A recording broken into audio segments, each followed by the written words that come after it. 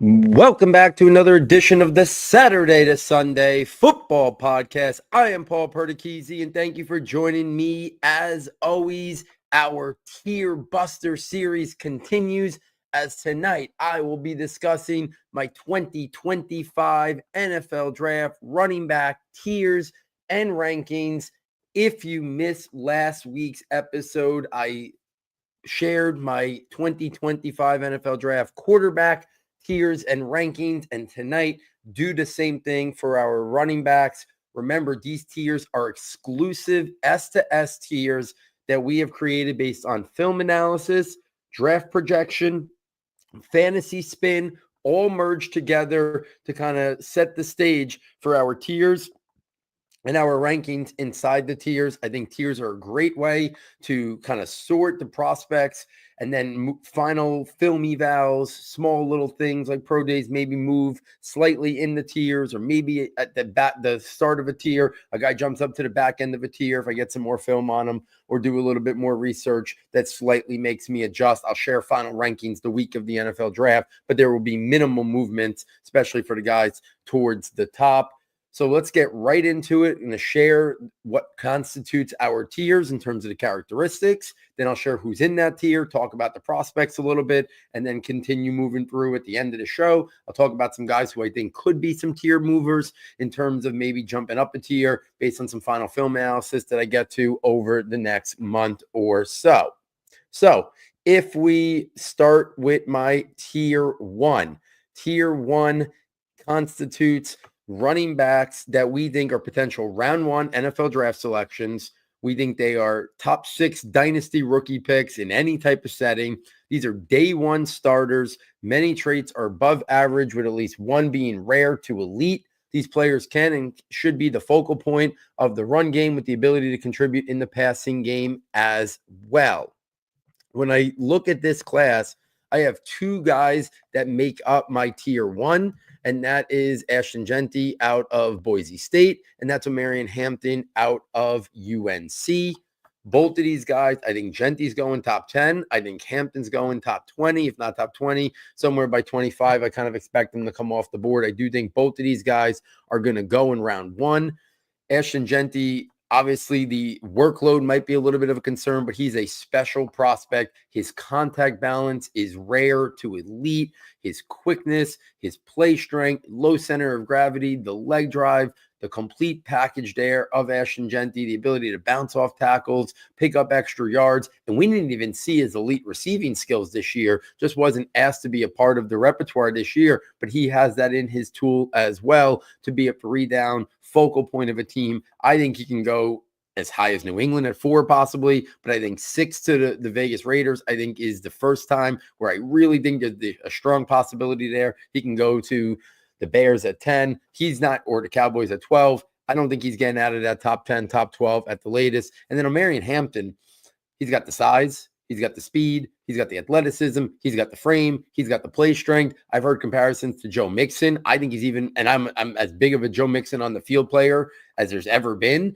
I think Marion Hampton's got even a greater skill set. I do think Joe Mixon's pass receiving ability was better than Marion Hampton's coming in, but Marion Hampton could do that as well.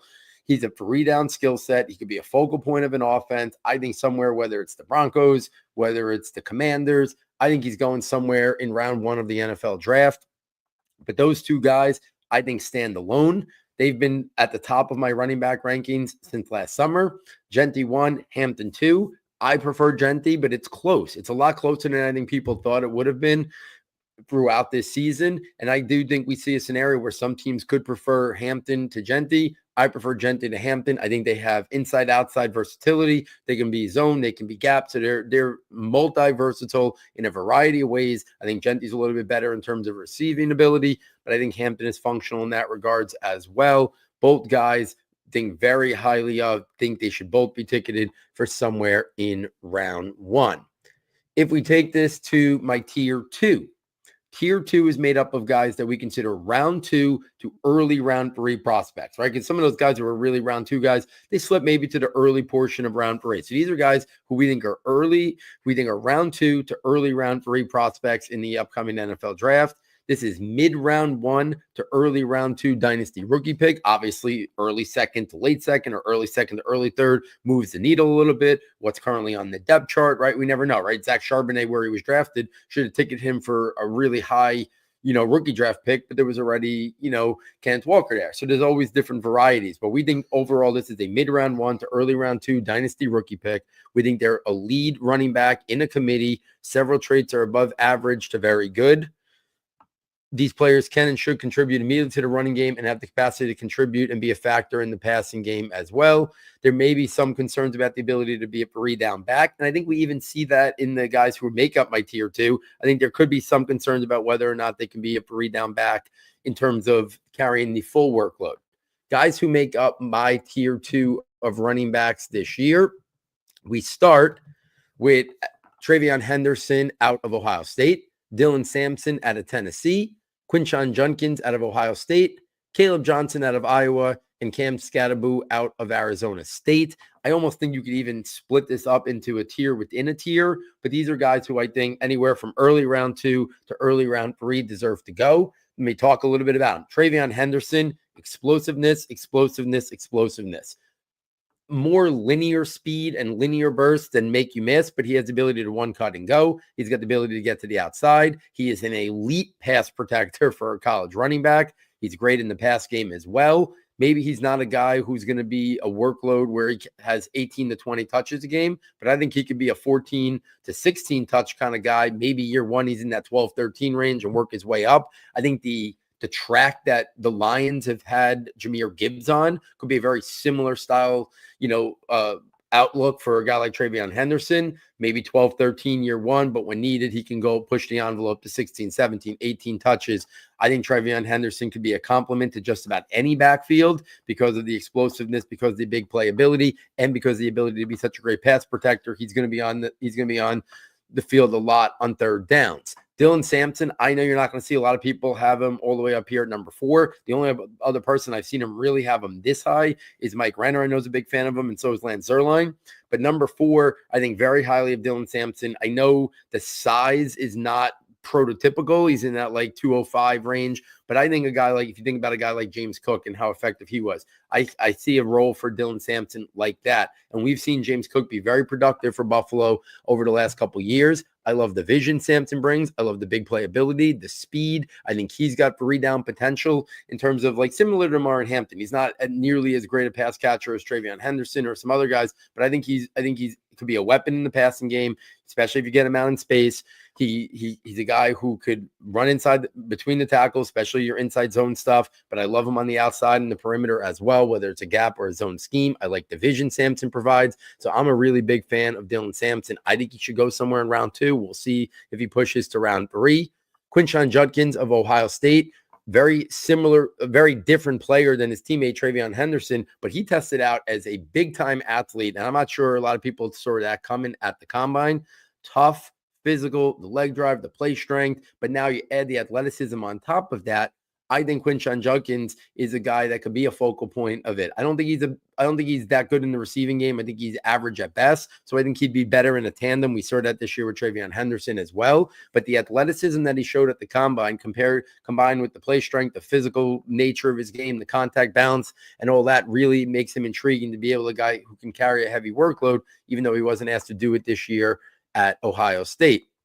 Next up is Caleb Johnson. And this is kind of where you could almost put Henderson, Sampson, and Judkins in like my round 2 tier. And then my early round 3 tier would be like Caleb Johnson and Cam Skattebo. But since my tier goes round 2 through early round 3, I have Caleb Johnson and Cam Skattebo here. Caleb Johnson, if you're looking for a zone runner, especially outside zone run, think Miami, think San Francisco, think other teams that want to use that type of offense, Caleb Johnson could be a real weapon. He's quicker than fast. He's smooth. He didn't test great in terms of his straight line 40 speed, but I think Caleb Johnson still is a very smooth runner. He could accelerate, especially when he gets to the outside and he has a crease to build up his speed. So Caleb Johnson doesn't really play to his size in terms of the physical nature. I think he's more finesse than physical in terms of his style, but there's a lot to like about his game. He might be a little bit more scheme dependent on that type of outside or inside zone scheme than the gap type runner. But there's a lot to like about Caleb Johnson. Very smooth runner. He could be a guy who would really add a different element. I don't think he's going to offer much in the pass game, so I think he'd be there with a complement who's a little bit more of a pass catching type running back alongside him. Cam Scatterbo, to me, I think David Montgomery, but a better pass receiver. Tough, physical, going to get 7 yards when it should be 3 yards, going to get 9 yards when it should be 4 yards, going to get 4 yards when it should be 2. When it should be a loss, he's still going to find a way to grind a couple yards. The physicality nature. He's a guy who gives your offense an identity, that tough, smack you in the face. I love that about him, but he's versatile. You can do like halfback option stuff. He's a pass protector. You can use him a lot in the pass game. So he's a very versatile player for a guy who doesn't have top level speed or athleticism, but he's got good shared area bursts. He's got good footwork. And you combine that with the leg drive, the contact balance, and the play strength. There's a lot to like about Scatterbo's game. I think he's a more versatile with more upside than a David Montgomery type player who we've seen be very effective in the NFL. That takes me to my third tier, which is my biggest tier of all my tiers. And this is where it really shows the specialness and the depth of this class. This tier are guys that we consider mid to late round 3 to anywhere in round 4 selection. So we got a big range here from mid round 3 to the end of round 4. In dynasty rookie drafts, we're talking about round 2 or early round 3. A lot of times landing spot situation impacts that. These are committee running backs with upside. Some traits are above average. These players offer a competitive advantage as runners or as pass catchers. These players can emerge in the bigger roles of the backfield by the end of year 1 or definitely by year 2. Listen, we saw Trey Benson not be a big factor last year. He was a 3rd round pick. We've seen guys like that, right? We saw Bucky Irvin and Tyrone Tracy be a big factor, but not everybody is. It takes time.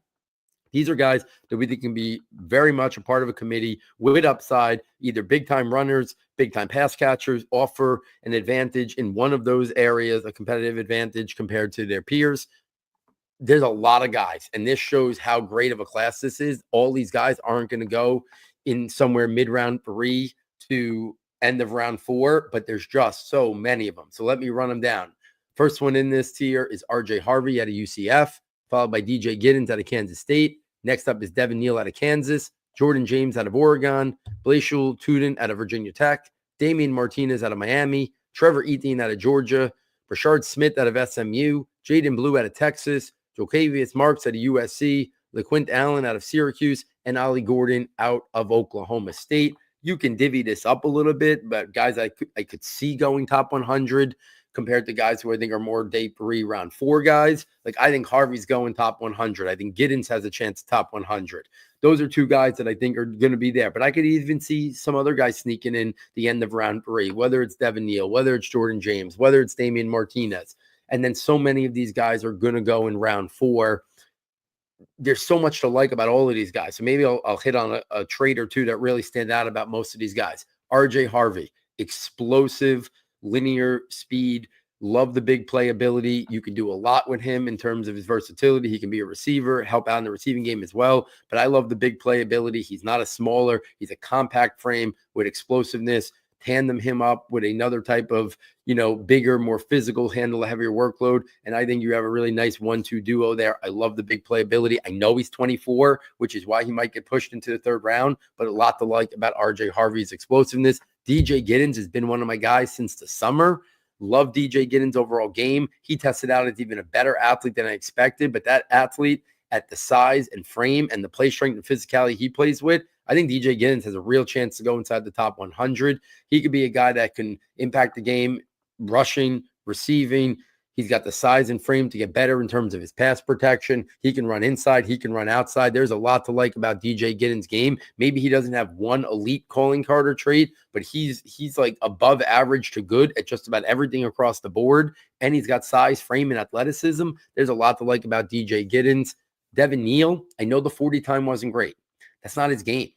But his vision, his natural run instincts, his understanding of working with his blockers, his vision, his patience, everything else about Devin Neal, I'm a big fan. And I think his play speed is better than his time speed. So Devin Neal is a guy who I just think is going to be that guy you could get, and he's going to be rock solid in terms of his production. He's a different style player than a guy like Bucky Irving, but we saw Bucky Irving be really productive being a 4th round pick. I could easily see that for Devin Neal and a couple other guys I'm going to talk about here, but I like Devin Neal. I kept him inside.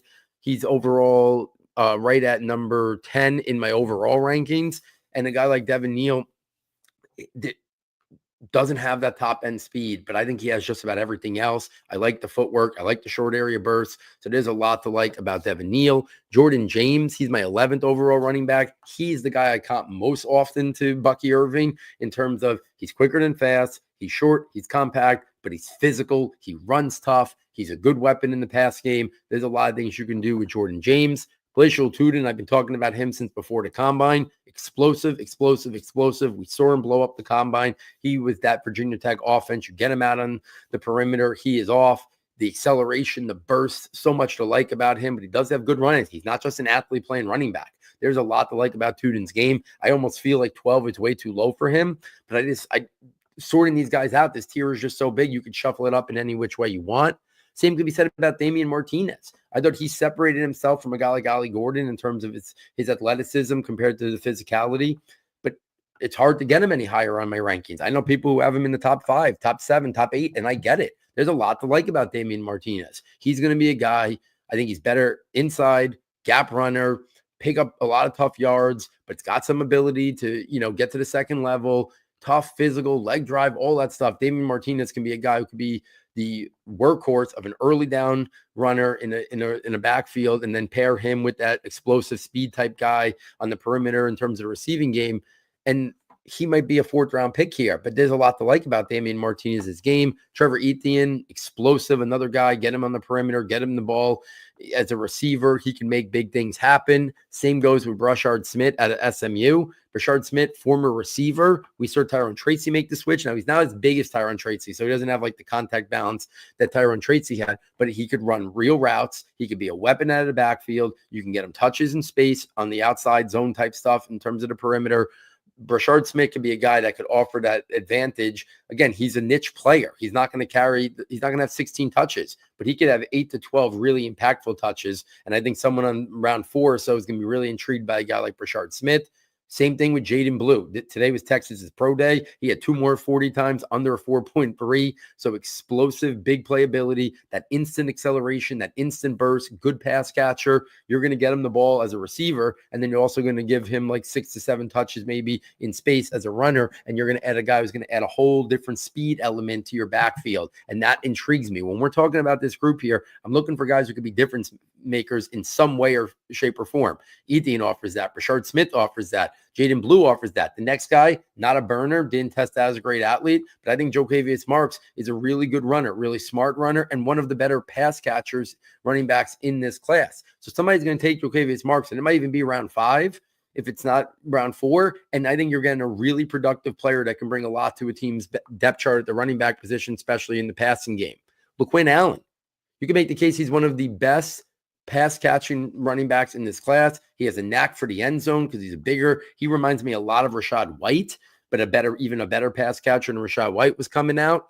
And then Ollie Gordon, when this year started, he was 3rd after Ashton Genty and Omarion Hampton. Now, this was not a great year for Ollie Gordon, and this draft class and how great it is what's pushed him down there. But if you're telling me Ollie Gordon's going to go in the 4th round or early 5th, if he could find what made him so unbelievable last year, then you're talking about a guy who probably should be a top 50, top 75 pick, and someone's going to get him in the 4th or 5th round. And if he could find that way back this year, things just didn't go as well, didn't look as quick or as nimble on his feet. But this was the guy for a bigger guy. With the film the year before, he made people miss. He was very good in open space for a guy his size. So Ollie Gordon, I'm still a fan of his game. It might not seem like it when I have him ranked at 19, but this is just the nature of this class. Every team should come out of here with a running back because of how great this class is. If we take this now to my tier 4, tier 4 at the running back position are guys that we think are round 5 or round 6 selections in the NFL draft. Round 3, round 4 dynasty rookie picks. We think these are guys that can develop into a lesser part of a committee or be handcuffs to a clear starting running back. Several solid traits. These players have a complementary skill set that can develop into a specialized role or a lesser part of a committee in the future, and or are capable of leading the backfield and maintaining the integrity of the offense if called upon due to injuries. A lot of intriguing names in this tier 4 of mine as well. But again, we're up to my 20th running back in my rankings here. So this tier is made up of Taj Brooks out of Texas Tech, Raheem Rocket Sanders out of South Carolina, Donovan Edwards out of Michigan, Marcus Yarns out of Delaware, Ja'Cory Krosky Merritt out of Arizona, Jarquez Hunton out of Auburn, Montrell Johnson out of Florida, and Kyle Mange out of Rutgers. When we look at this, Taj Brooks, tough, physical, inside runner, pick up the extra yards, punish people, leg drive, physical nature to his game. And then he goes and tests out really well at the combine to kind of add to his entire profile here, which was really intriguing. Raheem Rocket Sanders, after a couple down years, he really had a bounce back year this year for a bigger back. He shows explosiveness. He shows acceleration. So I thought Raheem Rocket Sanders put himself back on the map. Donovan Edwards, once upon a time, we thought he could be a top 50 pick, big time recruit, big time athleticism, has not went the way that we expected since his really dynamic freshman year. But when you look at a guy like that, or sophomore year, I should say, Donovan Edwards, though, he's got that athleticism. He's a really good receiver. I don't think Michigan took advantage of that enough. He's got big playability. He's going to be one of those guys that team's going to get him on round 5 probably.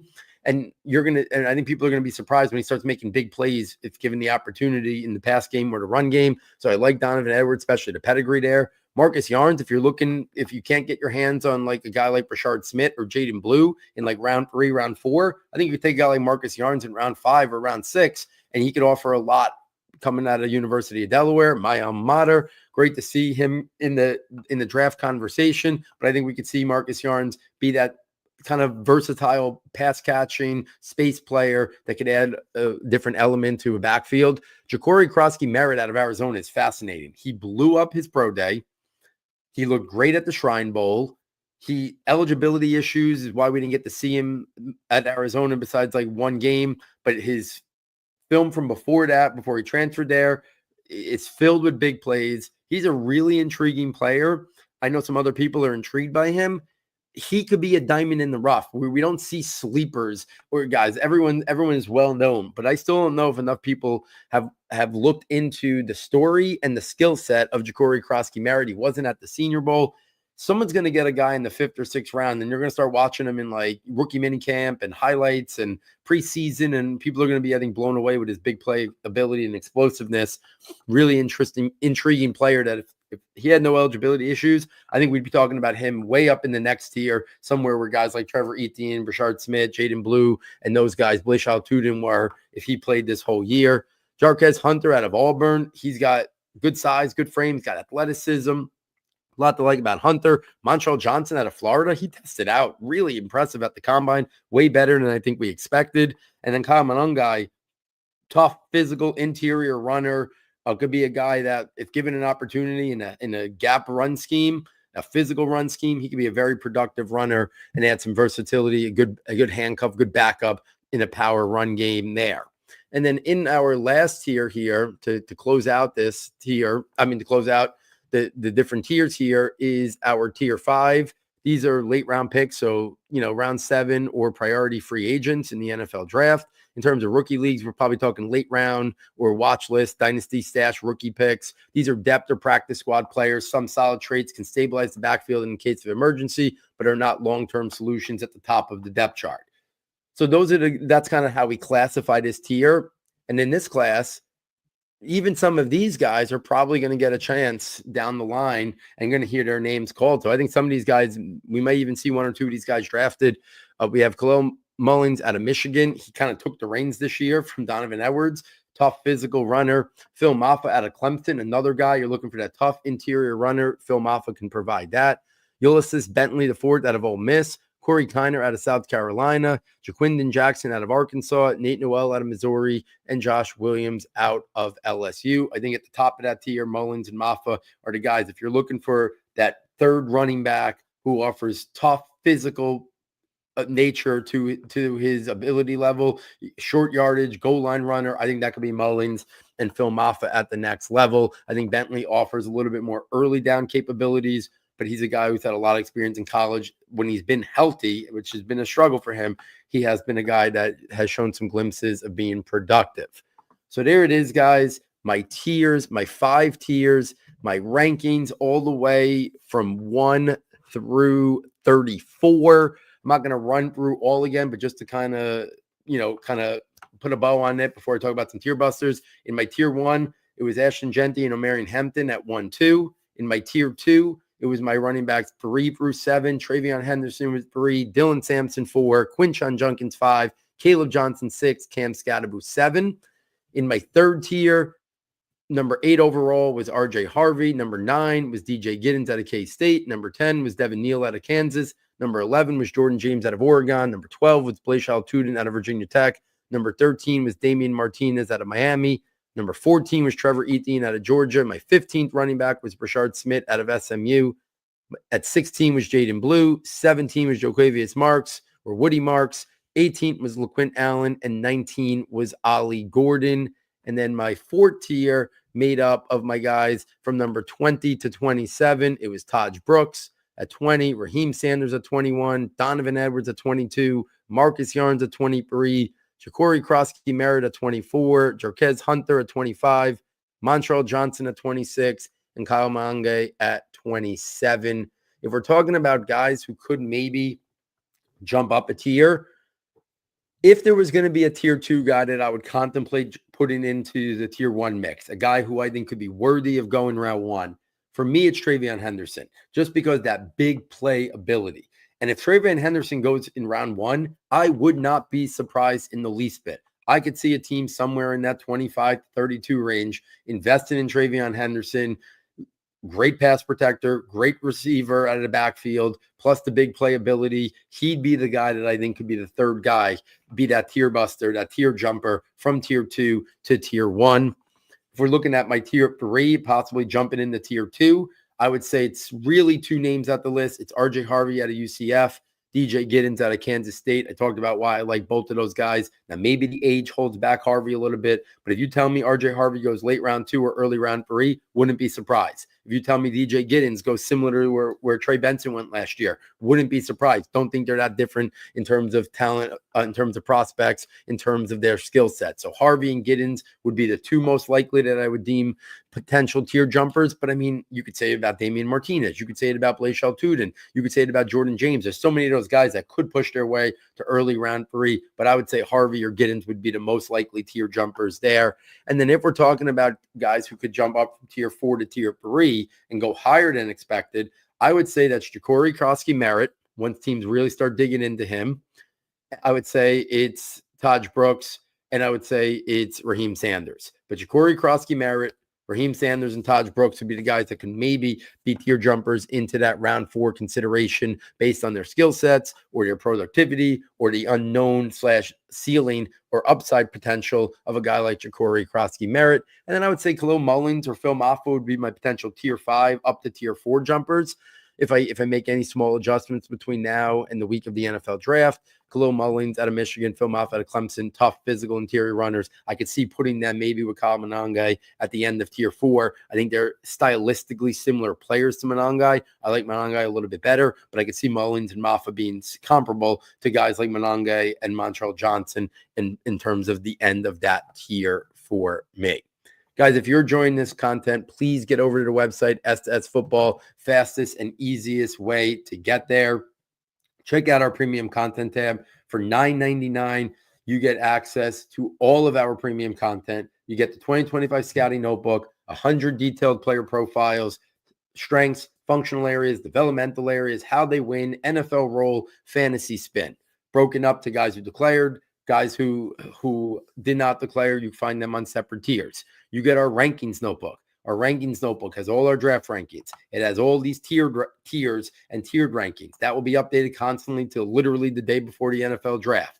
You get our Devy rankings. You get our Dynasty rookie rankings from last year still being updated as they enter the offseason headed towards year 2. You'll get new Dynasty rookie rankings the weekend of the NFL draft. I will literally start that tab the night after round one, and then add to it after round day 2, and then add to it after day 3. Have a show that Sunday, my Dynasty rookie ranking show as well. Constantly updating that, obviously, as the NFL draft concludes over the weeks after that. A week or so after, I'll also have my IDP rookie rankings. And then I think I'm going to wait till the NFL draft concludes, and then I'm going to do a full overview of my overall positional dynasty rankings based on what happened in free agency and obviously the NFL draft I'll make that all wrapped into one. It is the best way to help us out and to support the show. If you have bought it in the past, please consider purchasing it again. It is the lifeblood of what we do here to keep us going. We know there's so many great resources out there, but if you could spare $9.99, it's literally like 2 cups of coffee, and you get all this information for the entire year, and it helps us to continue to do what we do here. If you've never bought it in the past, we hope you consider purchasing it. If you bought it, we hope you consider purchasing it again. If you've already bought it, thank you so much for the support. We greatly appreciate it. If you can't purchase the premium products, please, wherever you listen to your podcast, rate, review, subscribe to the YouTube channel, just so people, we get some more listens over there as well, if you listen to the podcast on YouTube as well. So on behalf of our sound tech engineer, David Nakano, and myself, thank you for joining us, and we look forward next time taking you from Saturday to Sunday.